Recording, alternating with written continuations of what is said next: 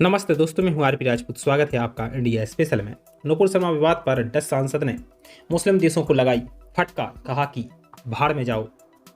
Netherlands के सांसद gate विल्डर्स ने पिछले दिनों नुपुर शर्मा के बचाव में एक ट्वीट किया था, जिसके बाद लगातार उनको भी जान से मारने की धमकियां मिल रही थी। लेकिन उन्होंने एनबीटी ऑनलाइन से खास बातचीत की और कहा कि मैं नुपुर शर्मा का समर्थन इसलिए कर रहा हूं क्योंकि उन्होंने जो ही बोला वो पूरी तरह से सही है।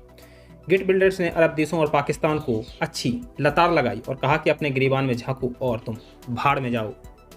नुपुर शर्मा को लेकर पूरी देश में हंगामा हो रहा है और अरब देश तो भारत के खिलाफ जहर उगल रहे हैं और पाकिस्तान और तालिबान जैसे देश तो खुद ही आतंकियों को पालते हैं और खाद पानी डालते हैं, लेकिन वो भारत को ज्ञान दे रहे हैं। दोस्तों, आपको बता दें कि इस्लाम के नाम पर बने पाकिस्तान में हिंदुओं पर कितना अत्याचार किया जाता है, ये किसी से छिपा नहीं है। साल 1947 में पाकिस्तान में 23% हिंदू रहते थे और आज देखें तो 1% हिंदू रह गए हैं, क्योंकि पाकिस्तान में हिंदू होना ही पाप है।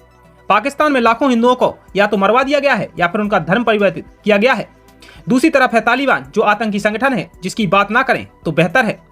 तभी तो नीदरलैंड के सांसद ने इन मुस्लिम देशों की ऐसी तैसी कर दी है। उन्होंने कहा है कि जो भारत को नुपुर शर्मा के बयान पर माफी मांगने के लिए कह रहे हैं, उनके मानवाधिकार का ट्रैक रिकॉर्ड बेहद खराब है। भारत एक लोकतांत्रिक देश है, यहाँ कानून का शासन चलता है, जबकि ईरान, कतर, सऊदी अरब जैसे इस्लामिक अपने देश में अल्पसंख्यकों को प्रताड़ित करते हैं, उनको मारते हैं और उनका धर्म परिवर्तन करते हैं। इन देशों में अगर आप अल्पसंख्यक हैं तो आपको जेल जाना पड़ सकता है, आपकी हत्या हो सकती है, आपको सम्मान नहीं मिलेगा।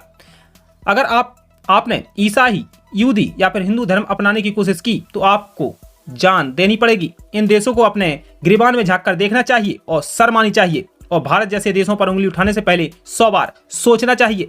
इनमें से ज्यादातर देश तो ओआईसी के सदस्य हैं, जो कहता है कि मानवाधिकार शरिया कानून के अधीन है। जो शरिया कानून बेहद क्रूर है, जो अधिकारों को छीनता है और स्वतंत्रता का हनन करता है, जबकि भारत और हॉलैंड जैसे देशों में सभी एक समान है, सबको अधिकार प्राप्त है।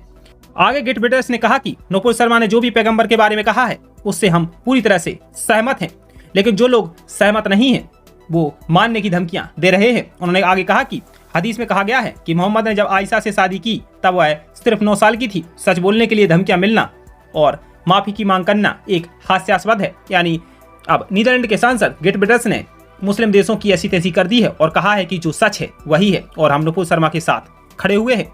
लेकिन भारत को जो ज्ञान दे रहे हैं, उनके देश में अल्पसंख्यकों का क्या हाल है वो किसी से छिपा नहीं है। उन्होंने कहा कि मेरी नसीहत यही है कि तुम भाड़ में जाओ। तुम्हें आईना देखने की जरूरत है, अपने ट्रैक रिकॉर्ड को देखने की जरूरत है कि तुम अपने नागरिकों, अल्पसंख्यकों के साथ कैसा व्यवहार करते हो। भारत के पास जो है वह तुम्हारे पास नहीं है, इसलिए अपने गिरेबान में झांक कर देखो, आईना देखो और एक दूसरे या फिर अपनी आलोचना करो। किसी लोकतंत्र पर, सच बोलने वाले पर उंगली मत उठाओ। मेरी नसीहत है कि तुम प्रयास करो कि तुम्हारे देश और स्वतंत्र और लोकतांत्रिक बने, क्योंकि तुम लोग दुनिया के सबसे बड़े पाखंडी हो। यानी अब नीदरलैंड के सांसद गेट बिल्डर्स ने मुस्लिम देशों को नसीहत दी है और कहा है कि तुम भाड़ में जाओ, क्योंकि तुम दुनिया के सबसे बड़े पाखंडी हो, क्योंकि तुम्हें सच बोलने पर तुम जान से मारने की धमकी देते हो। लेकिन लोकतांत्रिक देश में ऐसा बिल्कुल नहीं है। अगर आपने कुछ गलत बोला है तो कानून के हिसाब से ही काम होगा। दोस्तों, अभी के लिए इतना ही। देश दुनिया तमाम खबरों के लिए बने रहिए इंडिया स्पेशल के साथ।